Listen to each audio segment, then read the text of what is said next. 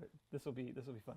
What's up, crew members? It's Charles. I'm here with Jason. Actually, Jason is here with me because No, I'm here with you. that's what I said. You're here with me. So I told you guys he was going to be here. You posted a few questions on Facebook, so I thought we would pound through these questions and get to know Jason a little bit better. So Jason, from Drew, what is your favorite color? I like the color blue. Blue. Okay. Any particular blue or just blue? I like that sweet ocean blue when you go to the Caribbean. It's like a deep, beautiful little hint of green in there, blue. So deep. Next, from Denton, what is your favorite motor and why is it the 24-valve VR6, not to be confused with the 12-valve VR6 that we're sitting here next to? Why is my favorite motor the 24-valve VR6? Yes. Well, as Charles and I just finished filming, it's because it's going away and I get nostalgic about things that are gone. Touche. And it came in the Mark IV. I don't really get nostalgic. Okay, that's cool. I do a little bit. I don't miss my... This is actually a really good question that I think you'll have some insight on. What do you think of VW's statement that it will surpass Tesla in EV sales by 2020? I'd like to hear your thoughts on this too. Oh, I assume Dylan means me on that one. Yeah, it probably would be cool to hear your thoughts on it. Okay.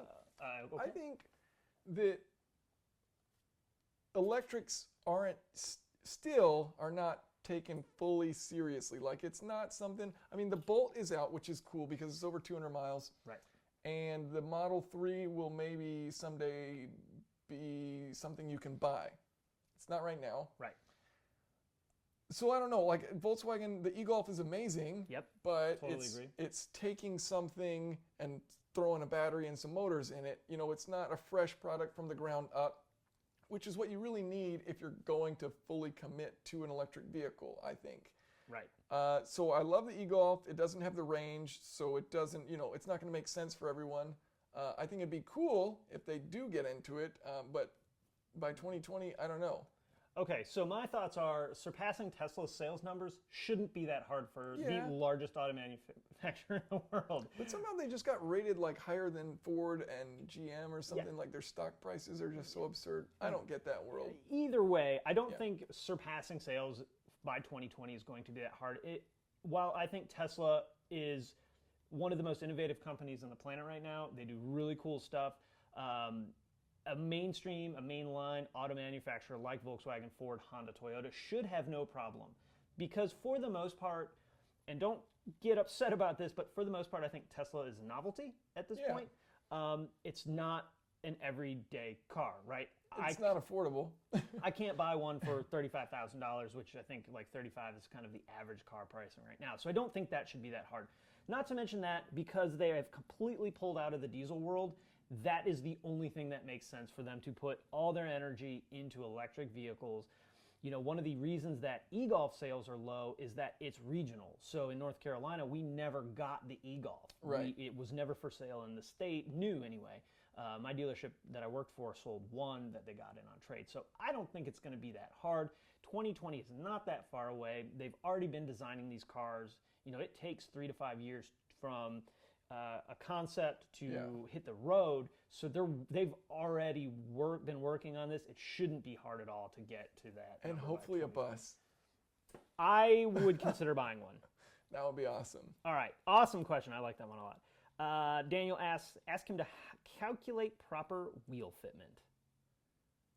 Whatever the OEs say. Okay. Put factory stuff on it. There's also a website I'll try and dig up and link on the blog because that's the only place you guys will see these. To a fitment calculator that's pretty handy. And there is a range which is cool of say you have an 8-inch wide wheel. You can still go 255 to maybe 215 with that range. But yeah. Awesome.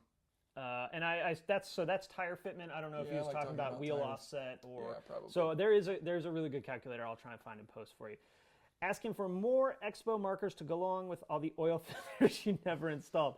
So let me give you some background information on this question. Filters. I did a toolbox tour of this box before I pulled everything out to put all my tools in it, and I think I had about 8 oil filters that never got installed. It's a pretty funny video in my opinion. I think you should check it out. So fun fact, my mom loves to buy me Expo markers, and as a result, I have plenty of unopened packages of Expo markers. So perhaps there may be some comedy coming soon from Jason. I hope so. All right, next one is from Kevin. What is the airspeed velocity of an unladen swallow? This is from Monty Python. Okay. Anyways, African or European? And then Kevin doesn't know. Do you know the answer to the question? I haven't watched that movie in the past 10 years. I'm just glad you got the reference. What lead to downfall of British Leyland? Do you understand that? The pound. The pound? All right. This one may be a too soon question, but I like it. Oh, it's about my Honda. And Michael's a good dude. So it says, as how it felt scraping all of that yellow paint off his fender, hashtag too soon. Charles replied with an ouchie statement. Just so you how know. I feel? Yeah. It's scheduled to get fixed. It'll be fixed. It kind of sucks because it's like there's a lot of time where I can't really do a whole lot because I need to just get that done because it's for a sponsored video for a company. Right.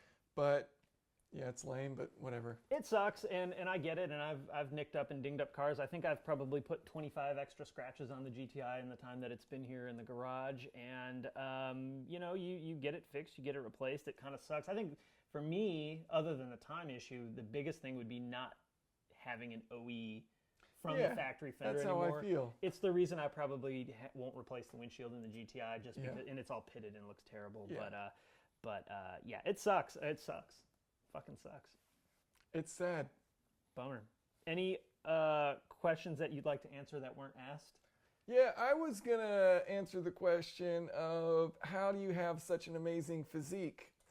Oh, Jason, how do you have such an amazing physique? Well, Charles, my 9-step diet program is available on Amazon at the link below. I'll be sure to link that up. It'll be my affiliate link, not his, so that I at least get some money for having to listen to that nonsense. Great. All right, that's it, guys. Thanks for posting the questions, Jason. Thanks for hanging out and rapping. I love hanging out with you, Charles. Yeah. Charles drilled a hole right here just for me because I wanted to make a video talking about VR6s. It's true. And I wanted the engine at an angle, and it didn't have a hole drilled for at an angle, so Charles just drilled a hole so that we could do that. Drilling and killing. Drilling and killing. Okay, that's it. Do you want to hit the clicker and stop it? Okay, I'll turn it off. Bye-bye. Goodbye.